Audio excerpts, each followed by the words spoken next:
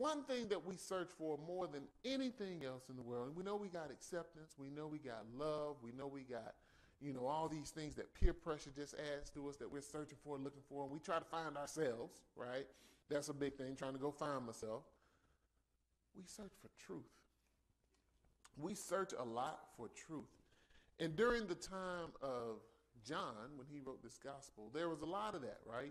We got a lot in that society was knowledge is power, right? A lot of things was, you saw a lot of philosophers in those days.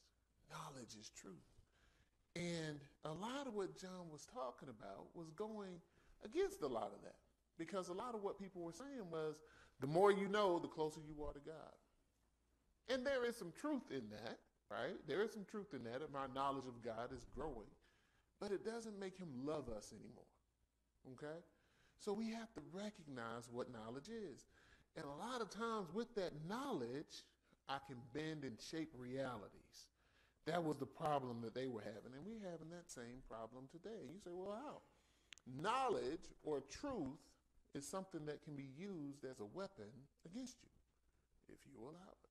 You say, well, how can truth be a weapon against me? It depends on how you define the word truth. 2022, a lot of us define truth as information. If the information is there, it must be true. I saw it, I read it, I heard it. Now, these things have been going on for a long time. But let's go back about 40 years, 30 years, even 10 years ago. Truth was a little bit harder to get to, but a little bit easier to depend on. Most of the things that you read was in a newspaper article, a magazine article, or some type of formal publication, or it came across through the airways as news, right? And you knew a lot went into that, research and books and all types of stuff, and they referenced a lot of materials, and you could somewhat trust it a little bit more. Not that it was all true, but in today's world, someone could pick up a little bit of information, turn their camera on, and boom, get it out there. They could write something, boom, get it out there. And people absorb. And as you know, one thing about research, I know when I used to have to do book reports, a lot of times I didn't read the book. Read the highlights of the book enough to write my report. As long as I could get a decent grade, it was worth getting the grade not to read that book, right? I didn't get an A. Might have got a B or a C, but I didn't have to read that book. I was able to piece it together. What'd that tell you? A lot of people don't want to do their own research. A lot of people want to take what they can and run with it. I know a little something. And they'll sit there. You can have a conversation with somebody. If they disagree with you, you see them slide their phone out and start. As long as they get a little inkling, oh, they back in the argument with you. I Googled it. Google say, who is that? But people will follow the truth, whatever they think the truth is. It doesn't have to be the truth as long as it's their truth. Look at how many times you look at things and you just like, that don't even make sense. But people believe in it and they running with it. And they hurting people because of it. Because they believe that's the truth. But what is the truth? What does it matter? Is it important that we understand the truth? Well, we have to understand that the Spirit guides us towards the truth. Go to John 16. John 16. Starting at verse 12. It says, I have much more to say to you, more than you can now bear. But when he, the Spirit of truth, comes, he will guide you into all the truth. He will not speak on his own. He will speak only what he hears. And he will tell you what is yet to come. He will glorify me, this is Jesus talking, because it is from me that he will receive what he will make known to you. All that belongs to the Father is mine. That is why I said the Spirit will receive from me what he will make known to you. So we talked about this. This is the Spirit of truth, but we're used to searching for our truth. And usually the truth can work also this way. We get an idea. We get a thought. It feels right. We don't necessarily search for the truth. We search for support. How can I defend what I believe? It wasn't what I was taught. It isn't what I know. It's what I believe. And I need to find something to support what I believe. Guess what? With that line of thinking, I can definitely find some scripture that'll support what I believe. Now, it may not be in the right context. It may not be saying that exactly, but it gives me enough that I feel comfortable thinking this way. So that tells me that anything that is out there, I can manipulate, maneuver to support what I believe. We can go back in history, people, and look at how much good literature, the Bible included, was used to support slavery, was used to support just treating people any type of way. And they said it was scripture. Now, we know the truth. We know that that's not the case, but they manipulated it to make it the case. So if you can manipulate the word of God, you can definitely manipulate other information that is out there to say what is your truth. That is just the world we live in. Now, that's not going to change. It's a lot of misinformation out there, and you have to weed your way through it. But guess what? You don't feel like it. You don't want to. I don't want to. It's a lot of work. Go out there and search through all this information to figure out if this person is right or wrong. It's just easy to say, that's crazy, and move on. But we have to know what is the truth. What are we searching for? And why are we searching for it? John 14:6. Jesus answered, I am the way. I am the truth. I am the life. No one comes to the Father except through me. Now notice when we're searching for the truth in Christ, we limit God in what his truth is. I don't think I do that. We all do that. Notice he says he is the truth. And in John 16:13, back to that, it says, but when he, the Spirit of truth, comes, he will guide you into all the what? Truth. And what did Jesus say? I am the way, I am the truth. So he's going to guide us into that. But notice, he didn't say the Christian truth. He didn't say the church truth. He didn't say the truth that is taught on Sunday and Wednesday and Friday. He didn't say the church that's where my truth is, just that part. Then you got to go find all the other stuff. He said the truth. That means every part of your life, if you're looking for an answer in anything that has to do with you, you need to go to him. Don't just limit him to, that's not a spiritual thing. That's a living thing. That's a work thing. That's I'm trying to figure some stuff out. That's a me thing. If it's a you thing, it's a him thing. You got to stop just limiting him to, I wonder what the Bible means. I wonder if Moses, I wonder when Jacob did this, did he really wrestle with God?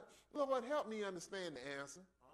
But then when it comes to your relationship problems, you call Keisha. You call Charlotte. You don't call him for that. You just want to find out the mystical stuff of what John's saying. He said, no, I need to help you with your marriage. I need to help you with them kids. Quit calling your friends first. You want your kids to be like their kids? No. Well, why you asking her for help? You want your relationship to be like her relationship? No. Well, why you telling her your business? You want to live your life like him? No. Well, why you spilling your heart to him? Because he going to put something back in you. And guess what? You may become more like them. Is that what you want? No. You know why you don't want that? Because you don't know their truth. You know what they have told you their truth is. You think you want to live like that person. Go on social media. There are a lot of people that you want to live like on social media. Go look at their account. Look at that food they eat. I wish I had that. Look at their car. Wish I drove that. Look at their house. Wish I lived there. Look at that vacation. Wish I was there. If you were only there with them, they rented the car, Airbnb the house, bought the people around them, rented the clothes, all to take a picture. I'm pumping gas. I ain't got no nice car. It's nice to me. I'm pumping gas. I go in there to pay for gas. I come out, man, taking pictures about my car. Oh, you don't mind, do you? Yeah, I do, but you know what? It's 2022. Go ahead on, brother. All you doing is taking pictures? I'll wait. I ain't trying to get shot at Texaco. Too much going on. I don't know what he's doing. He's bold enough to take a picture about my car. I don't know what you're bold enough to do. That ain't his car. And you think when he go to social media, hi, I met this guy at Texaco. He allowed me to take a picture by his car. Don't I look nice? No. He going to say, ballin'. That's it. You assume the rest. And your assumption is, I ain't know Tony had a new car. That's a nice car. That's a stranger. Tony don't even know the person. If Tony wanted to take the picture again, he couldn't because I'm gone. But that's his truth. And what you trying to do? Be like Tony. And your friends do the same thing. You think they're going to tell you all their business? You think they're going to tell you every day when I go home I'm depressed because my husband don't talk to me? Every day when I get off work, I don't want to go home because my wife argue with me. No, they say, how you doing? Oh, I'm good. How's Sheila doing? Oh, she good. You see them holding hands, that's for you. You see them doing things, that's for you. I had a friend, y'all, a friend. I went over to their house just to say, hey. Everybody looked so happy. Then 3 weeks later, they got a divorce. And I started, what happened? I talked to him. He said, man, all that was for you. When you came to the house, they brought everything down and set it up and make it look good. Wow. I don't even know y'all like that. You know, why you putting on the show? Didn't want to look bad. And I was like, well, they look very, very happy. I said, that's good. I'm glad y'all happy. I actually said those words while I was there. I didn't know they had paperwork upstairs they were signing. Wow. People can make the world look good. People can deceive you. And guess what? They want to. Because as long as they look happy, as long as they look good, as long as the outside looks well, they ain't worried about the inside. When somebody's house is dirty and you go over there, they open the door and they ease through. Hey, how you doing? What's going on? You already know you ain't going in. That door badly cracked and they squeeze their way in. That house must be mighty nasty if you can't open up the front door and let me just see. You won't want to go in. But long as the outside look good, we all right. Spend a lot of time on the outside, but the truth is on the inside. The truth is when the door closed. The truth is happening where everybody's eyes don't see. And we have to know what we are searching for. But should we be searching? Say, yes, of course we should be searching. Why? Because I need some answers. But where is the Spirit? Is he in the Bible? Is he at the church? Is he in my friends? Is he in the pastor? He must be. That's where you go. That's where you go to get him. And why you need to know? Because you need answers. You need love. You need acceptance. You need something. You need the truth. And you used to searching for the truth. That's what you do. You go out and seek the truth. But we have to find out, where is the truth? The truth is in the Spirit, but where's the Spirit? And why do I need the truth so bad? Because the world lies to me. The world always lies to me. It lies to me about everything. Even the simple stuff lies to me. So I can't trust anything. Politicians, can I trust it? I leave it up to y'all. When I go out into the world and I buy something, I look at an infomercial. This pan does not scratch. I can't tell you how many pans on TV cooking eggs that just slide off the pan and cheese and everything else. I need that. Do it work out the box? Yep. Do it work the second time? Yep. What about number 5? everything's stuck. I ain't never just had a steak just flip, just won't even come off the pan. It's a steak. Everything stuck. Can't trust that. But it told me lifetime guarantee. I saw him on TV scratching it with a fork. They didn't do nothing. Best mop you'll ever have. Clean up everything. Do it work? Nope. When you open the package and feel it, ooh, it feel what? Cheap. You already know. Do more damage than it's supposed to. And that's products. And I paid for that. But guess what? I work hard for my money. So what you got to do? I got to go research the product. When I go on Amazon, I see what they say, but I got to scroll to the bottom. Why you only got 2 stars? I don't want this. Everybody say, that's my truth. I got to find it. People, we just talked about that. They lie to you. Your job, you go interview, we're going to have you doing this, we're going to have you doing this, a chance for opportunity. Oh, you can come up in the company. Oh, this is going to be great. I can't wait to start working. You get there, oh, we're going to have you over here on the line. What line? I didn't even know y'all had a line. Hold on, you told me I was in the supervisor's shorts. What just happened? The interview didn't go well, but guess what else happened in the interview? You lied too, didn't you? Sitting there. Oh, yes, sir. They didn't know what's up, y'all. What happened on Thursday? I hired you on Friday. You were so nice. You were so prim and proper. Your suit was so clean. Now you done came in here. I heard your music from outside. You were knocking the pictures off the wall, and you done came in here and raised the ruckus. What happened to the guy I interviewed? He don't exist. I don't even know who he was. Everybody lies. So we have to seek the truth. Why? Because we surrounded by lies. How is it that if I look at this news station, they say one thing about the story, and I look at this news station, and they say another thing about the story? It's news. So what do I believe? I don't know. Somebody lying. If one is saying this and the other saying that, somebody is lying. So it creates in me a void to find the truth. This is why we search so hard. So what do we ask for? We ask for the Spirit of truth. And we sing songs. God, come into this place. Spirit, come down. Welcome into this place. Don't we say that? Why? Because we are looking for the truth. Nothing wrong with the song. But we have to stop thinking that we're leaving the Spirit somewhere. At what point in your life do you not need God? Name me a period of time. It could be 2 minutes where you say, I don't need the Spirit in this. I don't need God here. Now, all y'all say no, right? But do we live that way?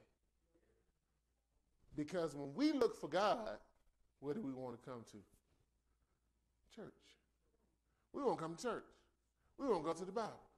We want to go somewhere to find God. And like I say, we sing songs, Spirit, come down. Welcome into this place. Come to me. But if you are there, shouldn't he be there? Where did he say the Spirit was? Didn't he say the Spirit was in you? So why are you searching outside of you to look for the Spirit of truth? Why are you traveling to find the Spirit if the Spirit's in you? So what we say, and even sometimes what we think, is not how we portray our life. Because we constantly search for God when God says, I'm right here. Where are you going looking for me when I'm right here?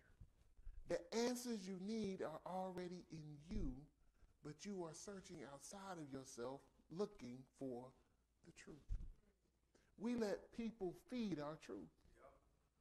We let our parents feed our truth. We let our grandparents feed our truth. We let our friends feed our truth. But our truth is already in us. So if you know your truth, it does not change. That's one thing that has always been true. Your truth does not change. Your opinion changes, your emotion changes, but your truth does not change. Truth is truth is truth. So if God is in you, who can be against you, right? So if you know that, why do we look outside ourselves for what's already inside of us? Shouldn't we be living the life that he has put in us? Shouldn't we be living our truth? But if you're constantly searching outside of yourself, how can you live what you don't recognize is inside of you? How can you use the strength that is inside of you if you don't recognize that it's in you? Because every time you run into a problem, all of a sudden your church attendance go up. Your church attendance should always stay up. Because you should want to build what's already there. You're not coming to find God. You coming to support God and to enhance your relationship with God. But every time we feel like we lost something, we come looking for it. But you didn't lose it. It's always there. You just stop recognizing it. There's the difference. The thing is, go to 1 Corinthians 3:16. 1 Corinthians 3:16. It says, don't you know that you yourselves are God's temple and that God's Spirit dwells in your midst? We always like to think of God reaching down to help us. God, give us your helping hand. God, reach down and touch me. When we pray for healing, we pray, God, reach down and touch this person. God, reach down and help me through this problem. God, reach down and lead me. God, see me here struggling and help me through this. Reach down, God. But what we have to realize is there's nothing wrong with that prayer. I don't want you to think there's something wrong with it. But I want you to recognize that he already reached. He already reached and touched that problem. He already reached and touched you. He reached down and he helped Jacob. He reached down and he helped Elijah. He reached down and he helped Abraham. But he came down to save us. And then when he left, he came back down in his spirit to lead us where we need to go. So while we asking for a hand, we got a whole body. While we asking for a touch, we got full support. While we asking for an inkling, we got a full well. We don't have to go to it like that. We got what we need right here. But we asking for pennies and we got millions of dollars. We asking for peanuts and we got a full meal. We just don't recognize what we have. When we going through problems, we have to know we already built to surpass that. It's just there. The problem don't change, but you bigger than the problem. See, when you small, things are a big obstacle. When you're a baby, the coffee table is a serious obstacle. You got to crawl around it. I hate this coffee table. I'm trying to get from there to there, and this coffee table is in my way. Look at a baby. You see when they get fast crawling? They crawl, and then they get to that coffee table, and they struggle around that coffee table. And then when they get to the other side, they back over. But now that you're your size, do you care about a coffee table? No. That's what God does to your mountains. He doesn't remove them. He just makes them coffee tables. So you just keep on moving. You just set your drink down on that mountain and keep on strolling. Because it's small to you now when you operating in the Spirit. You have to recognize who God is in you. You got to know that he's giving you the power that you need to move in the way that he wants you to move. His Spirit is there. But we have to cultivate a where for him to work. So what does that mean? Remember we talked about the outside looking good? It's not that the Spirit is not in you. It's that you have not allowed the Spirit to take over you. You got to create some room for the Spirit to work. So a lot of times we go searching for the Spirit because we need more. I need more of the Spirit. And yes, you do. But the Spirit is only going to operate in the areas where you allow him to. And the area where we a lot of times allow him to is right now, Sunday morning. Oh, I feel so good. What about Monday, Tuesday, Wednesday? Wednesday night if you go to Bible study, oh, Spirit. Then when I pray, maybe Friday night, well, not. Back again on Sunday. By the time you get to the end of the week done beat you up all over again, and you just go through this cycle. Because you're not cultivating in God. So you go to a lot of people's houses back in the day, and Big Mama, you walk into a house, and she had that one room you couldn't go in. And even though nobody went in that room, except for good company, because you weren't good company, except for good company, nobody else went in that room. It was still plastic on everything. Ain't nobody sitting in there. And the sitting there ain't comfortable. The only reason you want to go in there because they told you couldn't. Y'all know what room I'm talking about. You know the room where if you vacuum it, you got to start back here so that last stroke come right at the edge. So the lines go straight. Nobody touched that room. That is the room that you put the Spirit in. You go in that room only when you need to. But what about the rest of the house? The rest of the house is full of junk. Now, Big Mama didn't see it as junk, but it was a bunch of junk.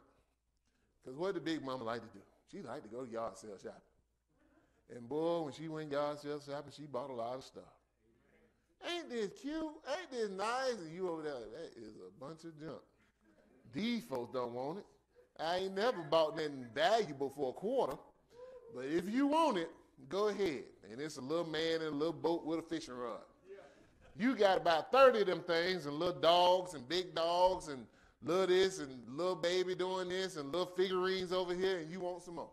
You ain't got enough to put down. So you know what happened? They go from the living room, now them little things in the kitchen. Now you got a little pineapple salt shaker and a little pepper shaker, all kinds of junk. They just call it what it is, right? They sold it for a quarter, y'all. Come on now. And then they gave her the rest of it like, ain't nobody gonna buy this junk, and you take it with you. Ooh, thank you so much, right? Now you can't even get to the house. Because ever since she started yard sale shopping, every time she come with some more stuff. And you telling her, you ain't got nowhere to put all this stuff. Big Mom, where you putting it? Oh, we'll find somewhere. Now back in my day, right, when I was coming up, your TV didn't go on the wall. Your TV was a piece of furniture. If that TV went out, you needed some help to get that chest out of there. And it was such a piece of furniture that even when the TV broke, you still didn't move it. You just got you another TV and put it on top of that TV, right? Which one? That one on top get channel 46, 69, and 3. That one do get channel 5 real good. So we watch the news on this one and we watch shows on that one. Bunch of junk in the house. It's full. Ain't got nowhere else for nothing to go. And then when people come stay, the guest room full of what? Junk. You can't stay in there. You got nowhere to operate. So it's not about, I need more. You need to get rid of the junk. You're cluttered. You can't move. When you walk down the hallway, you got to hit sideways sometimes because you got statues and stuff. Just stuff. Yeah, man, what is this? You know what happens when you get that much junk around you? If that ain't your stuff, you get frustrated. You don't even know why you frustrated, but you're frustrated. Because to go to the bathroom, you got to step over, sideways, move. You got all this stuff. There's too much junk in this house. How many washcloths you need? It's a lot of stuff in here. And it gets frustrating because you're cluttered. Some of your lives are cluttered. And the Spirit say, hey, let me in. But you say, I don't want to get rid of this. I need that friend. I need that information. I need that stuff in my life. I can't operate like that. See, when you give a person who knows what to do with a house room to operate, they make it productive. See, a lot of our land today is not productive. But if you give your land to the right person, and he said, what you living on? I'm living on about 2 acres. What's out there? Grass. What you do? Cut it. You get the right person, them 2 acres, they done got a backhoe and something else, dug that up and then grew some peas and some beans and everything else, and now they making money off of what you were just cutting. You give the Spirit room to operate, he will take the room and produce. But if you keep him trapped in just church and Bible and times when I pray, and then you walk out of that room and go to the rest of your junky house, guess where he gonna stay? Right there. And you'll get a little bit of that, right? You saved, you good, you feel holy when you want to, but the rest of your life is tight because you didn't let him in the rest of the house. You trapped him in one section of your life. So you have to recognize that when you operate in the Spirit, you also have to allow him to operate in you. Because if you restrict him, your life will be that of restriction. You will live a life where it's good sometimes and bad a lot of times. You will live a life where you keep running into the same problems. Why? Because the junk is still there. If you know something is in your way but you can't move it, ain't it frustrating? Because you just say, I just want to get it out of here. You notice when you get all that junk out of there, you like, the house is so much bigger. I can move so much freer. You cannot fix your house when you're cluttered. You can't paint. You can only clean so well. You can only maneuver so much because there's too much stuff around you to be able to operate. So, God sent us a what? Comforter. Because a lot of times we're uncomfortable. Now, a lot of times I know we read the word comforter, and we see, oh, when I'm sad. Oh, when I'm upset. Oh, when something bad happens, I need God to come in and comfort me. The comforter helps you get comfortable when you're uncomfortable. How simple is that? A lot of people say, that's too simple. It's supposed to be simple. I'm uneasy. I'm uncomfortable. I need to be comfortable. So God sent me a comforter. Let's go to 1 Corinthians 2, 9 through 13. And we're going to get ready to wrap this up. It says, however, as it is written, what no eye has seen, what no ear has heard, and what no human mind has conceived, the things God has prepared for those who love him. These are things God has revealed to us by his Spirit. The Spirit searches all things, even the deep things of God. For who knows a person's thoughts except their own spirit within them? In the same way, no one knows the thoughts of God except the Spirit of God. What we have received is not the spirit of the world, but the Spirit who is from God, so that we may understand what God has freely given us.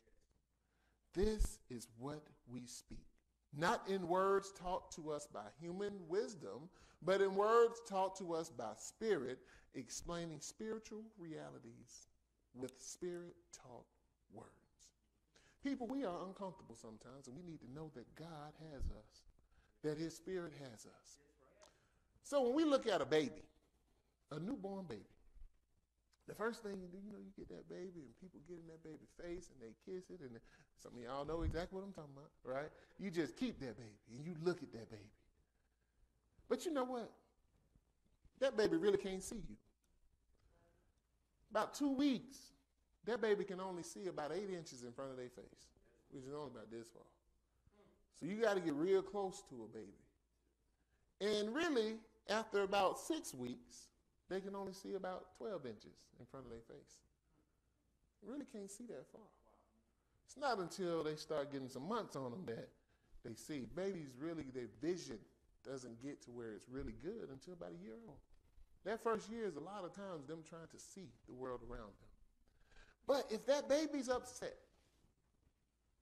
onesie itching, uncomfortable, gas, right? Babies have a lot of gas. You got to push on them a little bit. The bed ain't quite right? Any little thing that makes a baby uncomfortable, they're going to do something. What they going to do? They going to cry. And ever you trying to put a baby down to go to sleep, if they not all the way comfortable, they going to cry. But what do? You go in there. You don't necessarily pick them up because you don't want to just spoil them, right? But you put your hand on their back. You rub their back. And that mama rub, that daddy rub on the back just comforts the baby. Now the baby don't turn around and look at you, but he knows that you're there. That's what our comforter does. We feel him. We know that he's there and he's patting us, right? He's holding us. Now, a lot of times babies don't crawl. You know, a lot of times people say, oh, my baby walking already, crawling already, early. Now, notice what I said. A lot of times babies don't walk and crawl until they get to about a year old. A lot of times it's not because of the arms or the legs, because of the eyes. Not going to crawl that far if I can't see. Not going to walk if I can't see. But now that they start to see, they start to want. And if you have a baby in the house, you'll notice a lot of stuff go from down here to up here.